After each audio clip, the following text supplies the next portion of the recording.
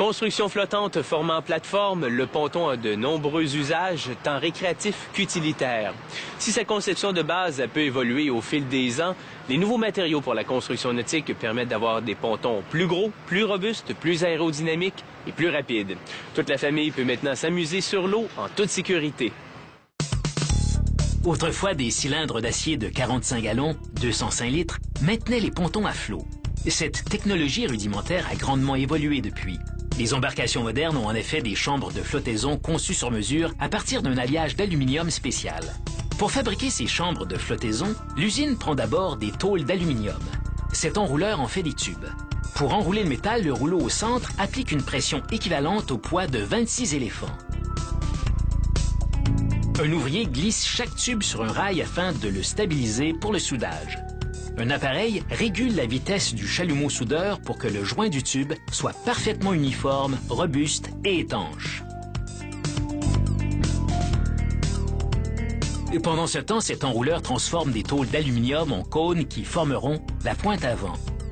L'opérateur contrôle les rouleaux et la pression hydraulique pour façonner l'aluminium en la forme voulue. Il s'agit d'un alliage d'aluminium spécial afin que les chambres résistent au choc. Prochaine étape, transformer la pointe conique en une chambre étanche. Tout d'abord, à l'aide d'une pince, le soudeur positionne le cône pour la soudure. Ensuite, il soude le joint métallique. La forme unique de cette pièce exige une soudure manuelle. Ce procédé, le soudage à l'arc TIG, génère une température pouvant atteindre 5000 degrés Celsius. Les pointes coniques seront évidemment à l'avant de l'embarcation, devant les autres chambres de flottaison. La partie gaufrée à l'extrémité de chaque chambre forme une chicane qui procure une protection supplémentaire contre les fuites. Cette presse hydraulique resserre les sections afin qu'elles soient parfaitement ajustées. Les chambres sont soudées ensemble pour former des flotteurs.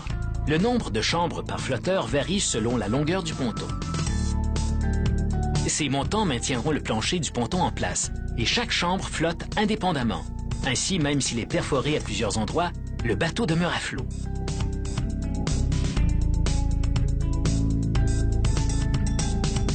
Un ouvrier envoie de l'air comprimé dans chaque chambre afin de vérifier s'il y a des fuites. Il enduit les soudures d'une solution savonneuse. S'il y a une fuite d'air, des bulles se formeront. Cette démonstration illustre que si de l'air peut sortir par ce minuscule trou, de l'eau peut aussi s'y engouffrer. Des ouvriers installent des traverses en aluminium qui soutiendront facilement le poids qui sera ajouté. À l'aide d'une clé dynamométrique pneumatique, un ouvrier boulonne les traverses au montant avec des écrous inoxydables. Le plancher de l'embarcation est fabriqué à partir de panneaux de contreplaqué traités sous pression. Les ouvriers enfoncent ces rivets explosifs dans le bois qui, en s'ouvrant, ancreront le contreplaqué aux traverses. Les ouvriers découpent un tapis marin sur mesure et le collent au plancher. Quelques décalques qui ne se décolleront pas embelliront le ponton. Et des rouleaux ondulent les panneaux latéraux d'aluminium afin de les renforcer. Des panneaux striés ne gauchissent pas autant que des panneaux lisses. À l'aide d'un pistolet à riveter, un ouvrier fixe les panneaux à la clôture. Cette emboutisseuse courbe la clôture aux endroits appropriés. Le métal mou et malléable prend forme progressivement sous l'effet de la pression. Les ouvriers transportent les pièces assemblées à la plateforme. Un assortiment de vis et d'écrous arrime tous les accessoires au plancher du ponton, y compris les meubles. Le capitaine du ponton contrôlera le gouvernail grâce à cette console.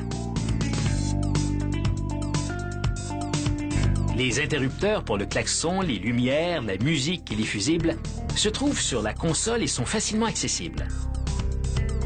Quelques touches supplémentaires transposent un peu du confort de votre domicile à votre embarcation. Le filage et les câbles de commande relient la console du capitaine à ce moteur de 50 chevaux vapeur. Ce n'est pas un moteur à grande vitesse, mais grâce à lui, le ponton aura toute la puissance nécessaire pour une agréable balade sur le lac.